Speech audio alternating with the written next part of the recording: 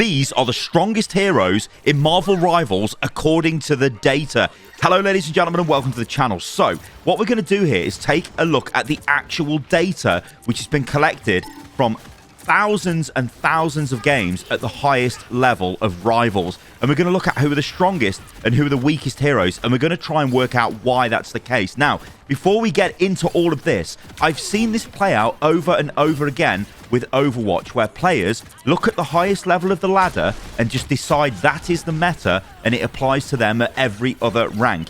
The simple reality is, and the harsh truth is, it does not at all. So when I say this statement, Jeff is the worst support in the game, you will be going, excuse me, what? I'm having a great time playing Jeff. Yes, he's maybe the worst or the weaker support at the highest levels, but you can play Jeff perfectly fine. You can get a ton of reward from Jeff. If you're very adept and proficient with the hero, you can get a load of reward, right? So just ignore, not ignore, but don't think that what is going to be said in this video or what you're going to see on the website I'm going to show you just directly correlates to heroes you should be playing, right? And if you're not playing those heroes, then you're not going to win, because that's simply not true. This is the highest level of the ladder, and it's almost its own sort of microcosm. But what I do like looking at the highest level is it does give you an indication of what might trickle down to the lower levels, and it does tell you what heroes are straight up OP and totally broken. So, with all that being said, what we're going to do is this. This is rivalstacker.com. Now, there's a link to this website in the video description below. Essentially, what this is doing is pulling from the data of all the matches and the heroes being played on the top 500 leaderboards. So we can see, yeah, the best players, what they're playing and what they're doing. So the first thing we're going to take a look at is win rate. So here we've got the win rate selected. So we've filtered by highest win rate. And you'll notice that Hulk is the #1 win rate hero. So you might think, on a very basic level, I just play Hulk. Every tank should be playing Hulk because you've got more of a win rate. However, look at the matches played. It's only 7,400, right? So it's less of a data set for Hulk. If we go down this list, you see Doctor Strange. He's at 52.15%. But look at this. He's been involved in 39,000 matches at the highest level. So he's got a much bigger data set. So you can actually argue that potentially Doctor Strange is a better pick. Will Hulk still have this win rate if the number of matches was extrapolated out to almost 40,000? That's the kind of question we're looking at with the data. So why is Hulk at the top level? Well, I think there's a couple of things with Hulk. It's probably players playing together in stacks, getting value from Hulk, knowing each other, the way they play. There's a lot of things that we can throw into this which are going to be very impossible to quantify. So Hulk, yeah, I don't know. I can't entirely say why I think he's the best, why he's at the highest level. It could just be a case that it's just the best players, right? We know that one of the previous rank 1 players in the world, Nevix, was pretty predominantly playing Hulk and had a very high win rate on him. So yeah, maybe it's that kind of thing going on. There is another thing with Hulk, and it is his team-up ability is incredibly powerful. With Doctor Strange and with Iron Man, it's just insane. I think for Iron Man, he straight up gets, I think his damage on his beam, don't quote me on these figures by the way guys, but I think his damage on his beam is about 180 damage a second, but when he's got Hulk with him, it goes up to like 220 damage a second. That's actually massive. It's like an extra 40 damage per second you get just for Hulk being on your team. So you can say, well, maybe the tank combo at the higher levels is going to be Hulk with Doctor Strange to give Doctor Strange the damage boost as well, because he benefits from it. Now, the other one I want to look at here is Wolverine. You can see I had this highlighted, right, the number of matches played. So Wolverine, if you guys watch my recent tier list, I think he's better than he actually is. A lot of people are saying he's trash because the way they're trying to play him is as a flanker, diving into the enemy back line and trying to just kill somebody one-on-one and then get out, and they're struggling to do that. Actually, the way to play Wolverine, and this is kind of what I was leading on, is you just want to basically run into the enemy team. Well, not run into them. You want to flank the enemy team and then jump on the tank and push the tank back into your team, at which point your team can just delete the tank or push whatever hero you manage to grab into your team and delete them. Now, what is interesting with this is he's only played 2,769 games. He has a very high win rate, almost the highest in the game. So he's not being played very often. So this would say that he's generally being played in a group or in a team that know what they're doing and are waiting or even playing around what Wolverine is doing. So this is when you look at this data and go, yeah, sure, highest win rate or second highest win rate is Wolverine, but that's not going to be the case at any other rank below the top level, because you're not going to have that level of coordination where you can rely on your team or your Wolverine to actually grab somebody, throw them into your team, and your team to react to that. So that's a big difference, right? That's why you would see Wolverine maybe not as great at the lower ranks. And probably, and I think this isn't even a hot take, I can just straight up say this, these Wolverine players at the highest level, if you put them in lower levels, they probably wouldn't be as effective. So that is the other sort of end to this story where, yeah, heroes can be better at higher levels, but not as good at lower levels because you just don't have that kind of complexity with team coordination. So the next hero we'll move on to in terms of win rate. We won't go through all of these win rate wise. We'll just do a couple, then we'll move on to the next ones. Is Mantis. Now Mantis is very good. Mantis is almost flying under the radar, but what really stands out about Mantis, and this is honestly insane, is look at this. 48.58 pick rate. That is basically, she's basically in 1 in every 2 games as a Mantis. That is insane. Why is that the case? So I was thinking I'm great at the game because I've been playing a lot of Mantis. Well, I think the truth is Mantis can do a lot. Mantis has got very good damage for a support. Mantis has got a very good close range stun that is very easy to use, which is great against being dove upon. So any flanker tries to get you or somebody dives on you, you can stun them and wreck them. She's got a damage boost, which she can essentially keep active on a single target 100% all of the time. I mean, provided you're doing damage with Mantis, you're going to recharge your little leaves super quick, and you can just keep applying the damage boost. You almost just want to damage boost your DPS and heal your tanks. That's kind of, I mean, I damage boost the tanks as well. I just damage boosting everybody when no one's taking damage because the value from it is crazy. And of course, her ultimate basically makes her immune while doing loads of AoE healing. So again, and it's a reactionary ultimate which can stop powerful enemy ultimates, DPS ultimates. So just an insanely strong pick, and this is reflected in the numbers. Mantis is very strong, and also the ban rate on Mantis isn't that high either. 8.2%. It's not that high. This could be something we see going up. And finally, we'll say Magic. Now, Magic, again, I think is one of these specialized heroes where I've been in games, bearing in mind, I think I'm gold 1 at the moment, but I've been in games where Magic has just wrecked the lobby. Like, it's been almost untouchable. It's killing everyone. And it's almost like players don't really get how to deal with Magic, how to deal with the mobility, and how to, like, basically not get into melee range with it. But it's hard to get out of melee range when she gets you in melee range. But anyway, look at this. The pick rate is not that high. The ban rate is non-existent because people just think, well, whatever, it's Magic. But look at the games. Again, it's a very low number of games. Only 6, if it lets me highlight them, only 6,758 games. But a very high win rate for that. But this could relate to this just being played by a number of people who are very good at the hero. That's the problem. All right, we'll move on now. I know there's a bunch of other heroes, and I could scroll this down, and we've got tons of heroes here. You can actually, I guess we'll go to the bottom, right? That's probably an interesting point. The 3 at the bottom, we'll quickly go over these. So Scarlet Witch is right at the bottom, win rate at the highest level. This is because she doesn't do that much damage unless she's using her ultimate, basically. And she floats around in the sky and is kind of easy to hit. So she's not very consistent damage, and her ultimate is very easily played around at high levels. In fact, it's not a pro tip, but a tip for her ultimate is just shoot her. When you hear her shouting about she's going to kill everyone, just shoot her. You can kill her, and then she's just non-existent. She's just not great. Cloak and Dagger, this is one where the data is kind of a bit mental, I think, because Cloak and Dagger is pretty good. What I think is the issue here at the higher level is it's the ability to stun people, basically, like you get with Mantis and with Lunar Snow, and potentially the ultimates, although Cloak and Dagger's ultimate is still very strong.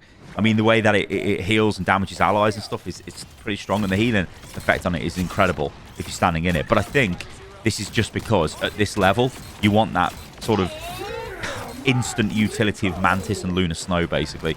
It's a little bit more effective. And Jeff sitting at the bottom. I think it's just because Jeff doesn't really do anything beside heal. And the problem with Jeff is he's quite easy to kill. Like Jeff, when he's not doing his land shark thing, he's like a little, well, he's like a big barrel on the ground. He's quite easy to hit. So yeah, that's kind of why he suffers, I think. And again, it's that issue of like not having very effective long range healing as well is a problem. And healing over time, like when you look at Mantis can just apply a heal onto an enemy, onto an ally, not an enemy. You don't want to do that. And they've just got heal over time, which is like super effective, especially if they're highly mobile. And I guess we can quickly jump onto these two here. So Jump onto the mate. Squirrel Girl. I think Squirrel Girl is one of the worst DPS in the game. Just not great. I think we'll just leave it at that. I don't think Squirrel Girl is very good. And I mean, you can see, look at this, only played 3,000 games. That's not a lot. It looks like only Black Widow has played less. But actually has a better win rate. So, This one, though, is what I'll leave this page on. It is Moon Knight. Moon Knight's a hero that's really good at lower ranks when people don't shoot the Ankh. As soon as people shoot the Ankh, Moon Knight's sort of viability just collapses, because then it's very hard to do damage. If you ever get stuck in a 1v1 and you're playing Moon Knight and you don't have your Ankh, it is the worst pain on earth. It's the worst, because you'll never hit any of your shots. You have to kind of almost get point blank and hope you hit. Primary, your alternate fire, you're trying to do your special melee. It's just not working out. You need your Ankh, but higher rank players just destroy it. So it just ends up getting absolutely, well, annihilated. Let's take a look at the pick rates. Now, this is where you're going to see pretty constant heroes here in pick rate. So Lunar Snow has a better pick rate than Mantis, but Mantis wins more games than Lunar Snow, right? Actually quite a bit more, like 50, almost 50, well, it's not almost 55, but 54% compared to 49% is actually a big difference. But these pair, Lunar Snow and Mantis, are basically the back line for the highest ranked games, and it's simply because they're basically the same hero, right? Mantis, I think, is better than Lunar Snow, because Lunar Snow's freeze is a little bit harder to actually trigger than Mantis's just instant stun, basically. So again, yeah, but it's negligible. I think Lunar Snow's ultimate is better than Mantis's ultimate, but again, it's like negligible. These heroes are literally the best support heroes in the game. They're so far better than all the other supports, it is laughable. Like you can see, right down to the bottom of this list, look how far down Jeff is in terms of pick rate. 18% on Jeff compared to like 59% on the highest support. It's very clear these are the best two supports in the game. So if you're playing strategist, I would put your time into these heroes. And it's not just because, you know, like I said, well, I say that, hang on, I need to take that back, don't I? Because at the top of the video, I said, don't take that kind of advice. What I'm trying to say, I think, is, which is crazy, because my most played strategist is Rocket, and Rocket is not effective at all, really, compared to these two. But because he doesn't have that like ability to 1v1 a flanker, which as you get through the higher ranks, that's going to change the game. And also, it changes the game at lower ranks, because if you're getting like Iron Fist coming after you and you're Rocket, it's much harder to deal with him unless you're Mantis. You know, Mantis can just stun him and kill him, you know, and heal herself quite effectively while damage boosting herself. Whereas Rocket, you can heal yourself or do damage or run away. You can't do all at the same time. So you're just not as effective. You can still be effective. You can still pump out a lot of healing. But it's when the enemy team get a bit more clever and try to isolate you in the back line. That's why, again, you see these two at the top. So in terms of tank pick rate, Doctor Strange is the favourite tank. Now, I think he's my favourite tank as well. I do like Magneto. I think him and Magneto, I'm actually quite surprised that he's 10% more picked than Magneto. But Magneto, Doctor Strange, I should say, it's that instant barrier, I think, is the powerful one. And some of the top ranked players, again, going back to Nevix, one of the top ranked tank players, what you'll see them do with Doctor Strange is you'll see them primary fire and then shield, or you'll see them like melee, then shield, primary fire, shield. They're not just keeping their shield up all the time. They're like feathering the shield in between doing damage. And it's quite clever. It's quite hard to do, but it's quite clever. But yeah, I just think Doctor Strange gives you a lot of value. He's not really that difficult to play. He can block enemy ultimates. Obviously, famously, he can block Hellas. And yeah, he's really, really effective. He's got good damage. He's got a good ultimate as well, which can be a fight-winning ultimate. And his portal is extremely good utility. And almost it's got like an endless skill ceiling, because you can just sort of like, you know, think of all the mad strategies you can do with it. It's literally infinite. It's a really strong hero. And of course, if you've got Hulk on your team, then you do extra damage, which is really, really strong. But we'll get onto team-ups in a bit. So Hela, right? Hela's pick rate is 43%, but you'll notice the ban rate is insane. We'll get onto ban rate in a second. Obviously, the reason why Hela is picked is Hela is giga broken. Primary fire does insane amounts of damage. It's a hit scan weapon. Alternate fire does a lot of damage as well. Good survivability and a very good ultimate, unless Doctor Strange blocks it. But it's mainly for the primary fire damage is off the charts with Hela, and this is why she's so dominant at all of the ranks apart from the highest rank, because she's getting banned to shit. Also, this is the same for Hawkeye or Hanzo. Basically the same situation, right? Killing everyone at lower ranks, but when they get banned, you just well, they're not killing anyone because they're banned. Which is also the other component you must remember. At the highest levels, each team gets 2 heroes they can ban per game. So, yeah, you'll see heroes get banned. Magneto, again, I think he's just he's like a worse Doctor Strange, but he's... The thing which I think makes him... I don't want to say better, because I don't think he is better, but it makes him a bit different, is the fact he's got projected barrier from Overwatch, so he can throw that onto an ally and keep them alive at range, where Doctor Strange, well, he can't do that. And Magneto's ultimate is nowhere near as good as Doctor Strange's either. But it's okay. It does absorb projectiles, and it's kind of a defensive ult, which then turns into an offensive ult, which is decent. So, yeah, not too bad. The other pick rate hero we'll go down to is Psylocke, and then I think what we'll do is we'll drop down to the bottom of the list. So Psylocke, again, is one of those, like, solo warrior, stealth, assassin-style characters, which, you know, you're going to have DPS one tricks on Psylocke until the end of time. Maybe it's kind of like a bit of the Overwatch issue with Sombra, where nobody really likes these heroes, so they do tend up banning them. You can see the ban rate's quite high. But yeah, Psylocke, very effective as a lone ranger, right? Very effective going into the back line and killing enemy supports. Problem with Psylocke is, when you start coming against Luna Snow and Mantis, it's a lot harder to kill them than it is to kill Jeff or Rocket, you know? So I think Psylocke tends to drop off a little bit, but again, he's still a highly effective hero. And again, I can't tell you how many games I've played where I've been playing support and we've literally been farmed by Psylocke, because her ultimate just kills you. Like, a lot of the time you're just dead and you can't really escape from it, and it's a problem. But yeah, she's very strong, and yeah, if you're playing her, I would... Well, I hate to give this advice, but I probably would carry on playing her. All right, let's take a look at the bottom of the pick list. So who's the least picked, right? Again, this will tell a tale. Storm. Storm is the worst hero in the game. I thought Storm would be better than Black Widow, but it turns out, actually, no, at the highest level, she is at the bottom. She is the worst. She is literally not great. Problem for this, inconsistent damage, very easy to hit, very slow movement as well. Like, you think she could move quicker. The only, I think, good thing with her kit is her ultimate is really good. But beyond that, not very good. Too easy to counter. But again, look at this. Pick rates are just absolutely down in the doldrums. No one's playing this hero. Black Widow. Again, this is a hero shooter game with a lot of shields, a lot of fast-moving heroes, a lot of damage, like... what can I even call this? Like, damage mitigation. And also, she doesn't one-shot headshot. Now, I don't want her to one-shot headshot, because that would be terrible. But she doesn't. And why would you play her over Hawkeye? You just wouldn't. She's just been eclipsed by another hero in the game. She doesn't have very good maneuverability either. She's not great if she gets dove upon. Her kick is just not great at all. Doesn't really do anything. Knocks you back a bit, great, but then you carry on killing her. So yeah, big problem. Wolverine, low pick rate, but as we know, decently high win rate. And again, this is because he is, I think he's very specialist, and as teams work out how to play with him, I think he'll go up the ranks, because he does displace enemy heroes very effectively. Squirrel Girl, again, just low pick rate, not great. Iron Fist, this is the interesting one, isn't it? Because a lot of people thinking Iron Fist is this guy with, like... he's insane. He just farms everybody in the back line. No one can stop him. We've all seen the memes of Iron Fist killing everyone. I think he's good if he's played by a good player, don't get me wrong. But I think if you're playing certain supports and Iron Fist is just trying to solo the supports, he's going to have a problem again against Mantis and Luna Snow. So it's going to be easier for him against Jeff, but against those other supports, not very easy. Again, I think he struggles with a lot of the DPS as well, who can just turn around and start killing him. So Iron Fist, But again, there are outliers, right? There are definitely high-ranked Iron Fist players, but I don't think he's that effective once you start getting up through the ranks. There is one I do want to highlight here, and it's Iron Man, because Iron Man is quite effective. And I think it's because if you look at the ban list, we'll get to in a second, but the ban list is Hela is basically banned every game, or most games. Hela is the main counter to Iron Man. Also, Hawkeye is banned as well. Well, they're like the main counters to Iron Man. So I think Iron Man is kind of flying under the radar. That's why he's got a decent win rate.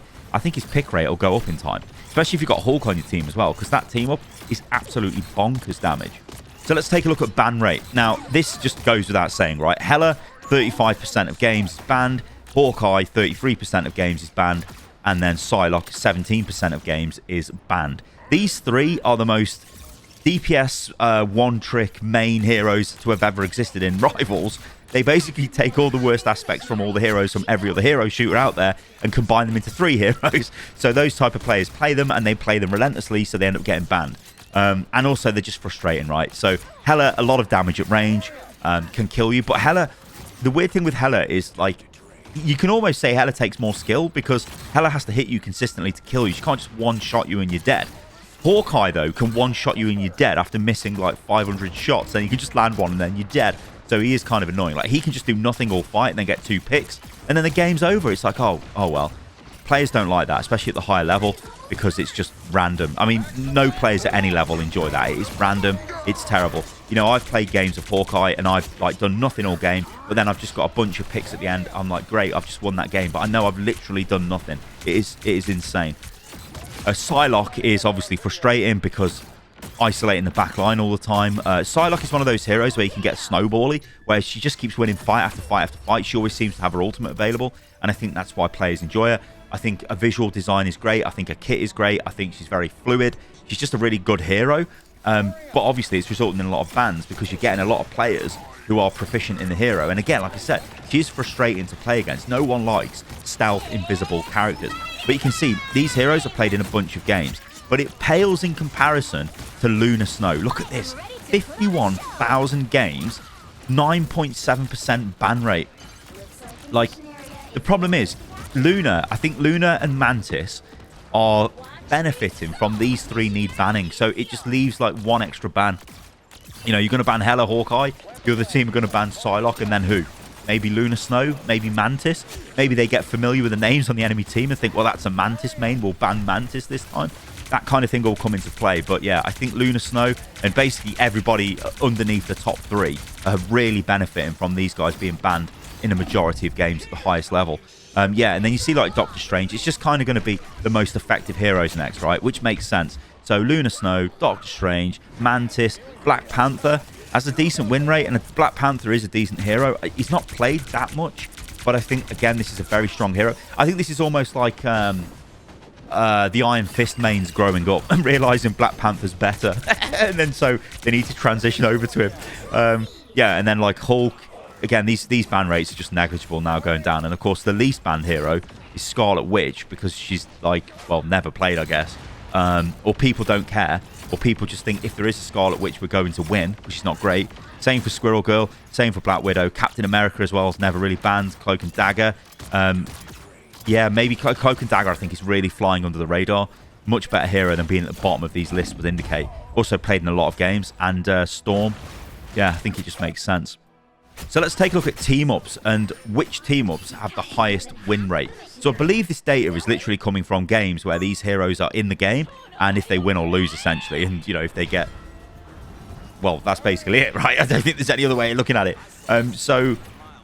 This doesn't really come as a shock to me, because this is a very, very powerful no-brainer team-up, because you literally don't have to do anything. So Iron Man, Hulk, and Doctor Strange, it is incredibly powerful because simply because Hulk exists, he just gives these 2 damage boost. That is phenomenally powerful. You can see he's got a massively high win rate, 64%. It's picked only 7.2% at the time, and it's been in 1,231 matches. So this is something that's super strong. The next one is also incredibly strong, but maybe not for the reasons people are going to expect me to say here. So Adam Warlock gives these members of the Guardians of the Galaxy, so Star-Lord and Mantis, because of course they're all from the same, I guess, franchise, well, in the MCU at least, and he lets them basically revive themselves. So you can just res yourself when you're dead. You can turn into a golden cocoon, and you can come back to life when you decide. Now, this is okay on Mantis. Well, it's really good on Mantis, don't get me wrong. But on Star-Lord, this is... Think about this for a second. This is a flanker with a self-revive. That is crazy. That means you can be, like, so stupidly aggressive, take fights, like, have loads of gambles. Maybe you go for a 1v1, right? And it's just... You've only got half health. You go in, you nearly kill them, but oh no, they just survive, they kill you. It doesn't matter because you've died. You can just res yourself and go back on them again. It's really powerful. This is on a flanker. You know, in some ways, imagine if Tracer from Overwatch had a self-revive. She would be the best hero in the game. And so, I don't know. I think Star-Lord might be, again, flying under the radar a bit. But if you've got this team up, if you get Adam Warlock on your team, just play Star-Lord. It is like, oh my days. That is mega, mega, mega powerful, honestly. And yeah, going through these other ones, I think, you know, they're okay. I think, like, when you look at the win rates, they're so massively high for these top 3. compared to the other ones. I guess maybe the third and the fourth one are fairly close, but these two are definitely out at the top. But again, I think it's just because it gives you that value without having to do much. Like if you go down towards the bottom of the list here and you start looking at like Groot. Now the Groot one, this is probably the one you've seen the most, right? Because it's I guess the one everyone wants to try. But you've got Groot, Jeff, and Rocket. They can ride Groot. Now what this does is it gives Groot a damage resist, I believe, and it also gives Jeff and Rocket a damage resist, and also you're just on top of Groot. Now it's okay, but it's not really. You lose your positioning as the support. Yeah, you do give damage resistance to the tank, but you're losing your positioning, which kind of makes it easier for the enemy team to just pile damage into the tank because they're hitting you and the tank effectively, you know? So it's easier. They don't really have to worry too much about your positioning as much. Although, on the other hand, you can say maybe it protects you a bit more from being dove upon by flankers if you're literally sitting on Groot. Also, another one. I guess I can leave this section on this, but this... Scarlet Witch and Magneto, I actually don't think is too bad. I don't think this really deserves to be at the bottom. But again, the problem with this is it's not going to be played much because Scarlet Witch isn't played much. But what this does is it gives Magneto an insane melee attack and he does tons of damage. But yeah, she's just not played very much, so you don't see it at these ranks. So what key takeaways can we take from all of this data that we've looked at so far? Well, like I said at the very top of the video, if you're proficient in a hero, just keep playing that hero, right? Don't worry too much about, oh, what are the top players doing? What I like looking at this data for is it gives you an insight into what they're doing at the highest levels, and you can see why certain heroes are effective and why certain heroes are not effective. And also, sometimes you can kind of predict why a hero might become effective. So I just want to look at this list again. So this is just filtered by win rate, and I just want to highlight a couple of heroes. So the first one is Mantis, and I think I've explained why Mantis is incredibly strong already, but I do want to go over this. Mantis has got very easy to use stun, can very easily duel enemy players, has a very good ultimate for denying enemy high damage ultimates, and keeping herself alive as well. Has a damage boost which you can keep up indefinitely on at least one character if you're paying attention. As a very good heal over time. She is very strong and a very good team up with Adam Warlock as well. She's very strong. She can deal with a lot of problems. She's quite self-sufficient. Oh, and of course, she can heal herself as well. And a passive, which makes her run a bit quicker, is actually quite nice. So yeah, she's just really strong, does a lot of stuff really, really well. So if you are thinking of, you know, maybe going for like a try-hard support style approach, do look at Mantis and then look at Luna Snow, who is basically Mantis, just with slightly different abilities and a slightly not as good stun, which... And obviously not a massive damage boost that's very easy to apply, like Mantis has got. The other one I think is actually quite interesting here is Iron Man. And again, I did touch on him a little bit, but I think Iron Man really does benefit at this level. And he probably will be seen as a better pick as time goes on. Because the players that counter him, or the heroes that counter him, are essentially banned the majority of games. If you go into a game and Hela and Hawkeye are banned, you can just play Iron Man into that. It leaves the enemy team with, like, what are the options to deal with him? Well, maybe you could play Iron Fist, right, and try and chase him down. You could play Punisher, who is... I actually thought Punisher was not as good as he is, but actually I'm starting to think Punisher is quite good now. It's once you learn the movement tech with his... when he puts his, like, zip line down, when you can jump on it and jump off it straight away and conserve momentum. It's actually really good. So yeah, he could be one that's kind of like on the outside. And I guess, like, looking through this list, you can very clearly see the heroes which are not great. I mean, Black Widow is just not great because, you know, she's just... We've been over her. You can see how Moon Knight starts to fall off. Again, ignore this data, even though we've just spent ages talking about the data, but we can look at the data and then we can try and work out what the issue is. And like with Moon Knight, it's just very simply higher ranked players destroy the Ang, and so he's not as good. That's literally it. Squirrel Girl's not effective enough damage. She's too inconsistent. Her ultimate is weird. Like Winter Soldier, you know, being this far down in terms of his thing, is like, he's really effective, isn't he, Winter Soldier? I'd have thought he'd be higher ranked, especially when he starts chaining his ultimate together. But again, maybe better players are better at dealing with that. I don't know. It is all interesting stuff though, guys. But remember, this is... it's data from the highest levels of play at the moment. It lets us kind of see what the meta is. It lets us kind of see what heroes are very effective. It lets us see what heroes are struggling. But do be aware, it doesn't really matter to any players who are below the highest rank, really. you can take some data from it. You know, like for me, I can say, okay, I do like playing Mantis. I like her playstyle, so I'm going to keep playing her. And it's good to know that she is one of the stronger heroes. So when I get to the higher ranks, yeah, I'm going to still be okay because I'm playing Mantis. Whereas if I was a Jeff main, it might be like, well, really, I should probably put a bit more time into other heroes. And I might feel like I haven't spread my time out as well. That's not to say playing Jeff isn't fun, because at the end of the day, it's a game. You want to play for fun, right? But if you are in comp and you are obsessed with winning and you may be ultra competitive, I think this list and this data on this website does give you a good outline as to the heroes you should probably be focusing on. All right, guys, thanks for watching today's video. I know it's been a long one, but I hope you've enjoyed that. And yeah, I'll do my best to keep the content coming. If you enjoyed it, then do like the video, subscribe to the channel, and yeah, it helps a lot. And I'll catch you guys on the next one. See you soon.